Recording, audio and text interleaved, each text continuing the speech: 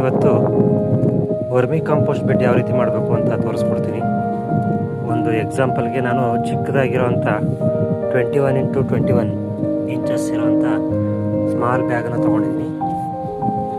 So ಇದು 21 ಇಂಚು ಅಗಲ ಇದೆ, 21 ಇಂಚು ಎತ್ತರ ಇದೆ.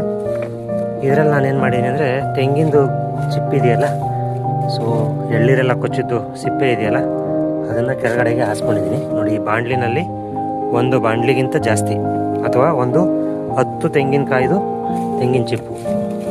ಇದರಲ್ಲಿ ಪ್ರಮುಖವಾಗಿ ಈ ರೀತಿ ಗುಂಜಿರುತ್ತಲ್ಲ ನೋಡಿ, ಈ ಥರ ಗುಂಜಿರೋದು ತುಂಬ ನೀರನ್ನ ಹಿಡಿದಿಟ್ಕೊಳ್ಳುತ್ತೆ ಇದು.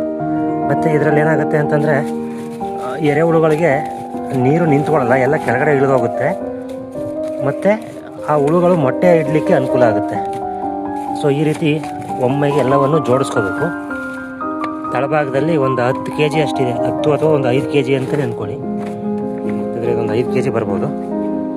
ಸೊ ಒಂದು 5 kg ಅಷ್ಟು ಈ ತೆಂಗಿನ ಚಿಪ್ಪನ್ನ ಇಲ್ಲಿ ಈ ರೀತಿ ಕೆಳಗಡೆ ಹಾಕ್ಕೊಂಡಿದ್ದೀನಿ. ಪ್ರಮುಖವಾಗಿ ನಾನು ಇದನ್ನು ನೀರಲ್ಲಿ ನೆನೆಸ್ಕೊಂಡಿದ್ದೀನಿ, ಸ್ವಲ್ಪ ತೇವಾಂಶ ಇದೆ. ನಂತರ ಏನು ಮಾಡ್ತೀನಿ ಅಂತಂದರೆ ಇದಕ್ಕೆ ನಾಡ ಹಸುವಿನ ಸಗಣಿ ಸ್ಲರ್ರಿ ಮಾಡ್ಕೊಂಡಿದ್ದೀನಿ. ಈ ಸ್ಲರ್ರಿನ ಅದ್ರ ಮೇಲೆ ಸಿಂಪಡಣೆ ಮಾಡ್ತೀನಿ.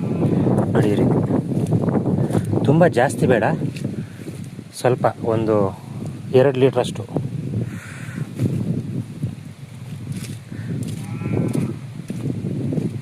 ತುಂಬ ಜಾಸ್ತಿ ಆದರೆ ಎಲ್ಲ ತಳಕ್ಕೆ ಹೋಗ್ಬಿಡುತ್ತೆ.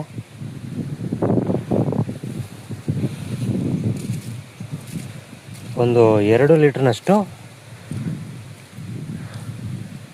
ಸಗಣಿನ ಇದಕ್ಕೆ ಚಿಮ್ಕಿಸ್ತೀನಿ.